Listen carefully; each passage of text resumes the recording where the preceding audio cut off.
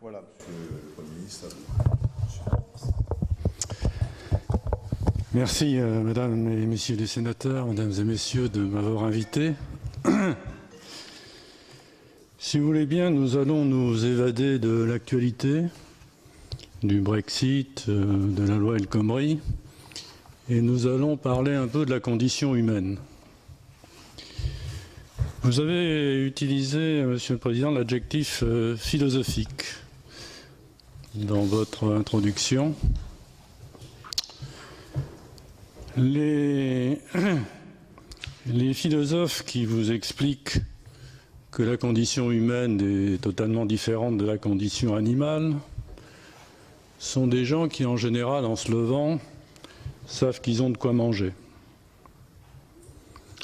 Tel n'est pas le cas parmi les 7 milliards d'habitants de notre planète, pour 1, 2 ou 3 milliards, du Bangladesh, d'Afrique noire, d'Asie,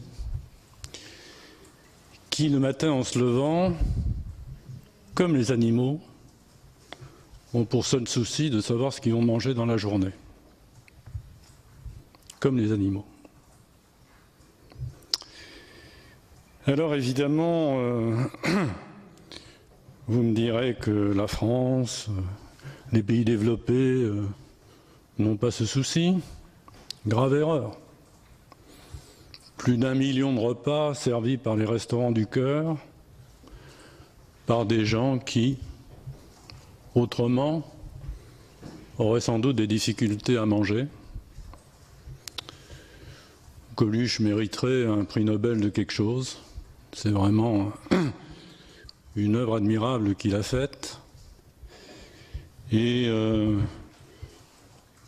vous voyez comme moi des images de détresse de femmes, d'enfants qui font les poubelles, font les déchets des supermarchés, vont dans les marchés vers 14 heures à l'heure de fermeture. Et, mesdames et messieurs, tout cela est intolérable. Intolérable. Alors, il ne faut pas discuter du revenu universel en termes tout d'abord techniques.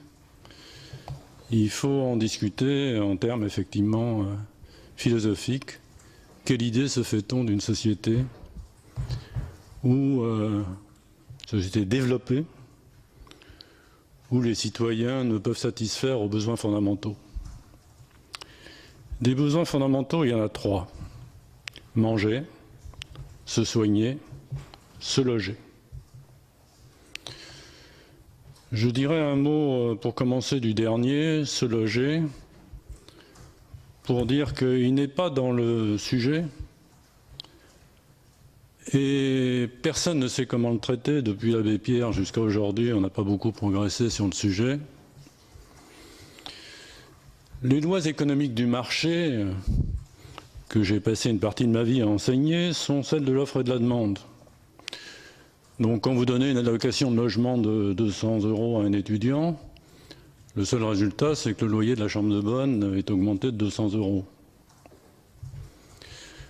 Quand vous donnez un prêt zéro à des jeunes pour accéder à la propriété, le seul résultat, c'est que le prix de l'immobilier a augmenté en fonction de la baisse des remboursements d'intérêts. Le problème du logement, de ces 3 besoins, est à mon avis le problème le plus difficile. Vous parliez d'argent, Monsieur le Président, c'est le plus coûteux. 15 à 20 milliards de dépenses sociales d'allocation logement. Et pour des résultats très, très mauvais. Le revenu universel dont je vais parler ne résout pas ce problème pour l'instant, mais il faudra bien un jour ou l'autre l'intégrer. Le deuxième besoin fondamental de la personne humaine, c'est se soigner. Je dirais qu'en France, ce problème est bien résolu. Nous avons un système de couverture sanitaire qui permet, je pense, à peu près à tout citoyen d'avoir un accès aux soins, quels que soient ses revenus. Et j'en viens donc au troisième besoin, au premier besoin par ordre hiérarchique, c'est manger. Alors là-dessus, tout d'abord, l'histoire avec un grand H nous incite à pas mal de modestie. Si vous prenez en particulier l'histoire des sociétés, l'histoire des religions, en Angleterre, on emprisonnait les pauvres dans des working houses, aux Pays-Bas, c'était pas mieux. En France, la tradition catholique a été très ambiguë. Heureux les pauvres d'ici-bas, puisqu'ils seront les riches d'au-delà. C'est commode. Et ça permet de faire patienter, n'est-ce pas? Mais ce n'est pas une réponse au problème. Alors on peut évidemment avoir recours à des allocations en nature. Mais les allocations en nature ne sont pas satisfaisantes. D'abord, les tickets de tout ce genre qui existent aux États-Unis n'ont jamais bien résolu ce problème.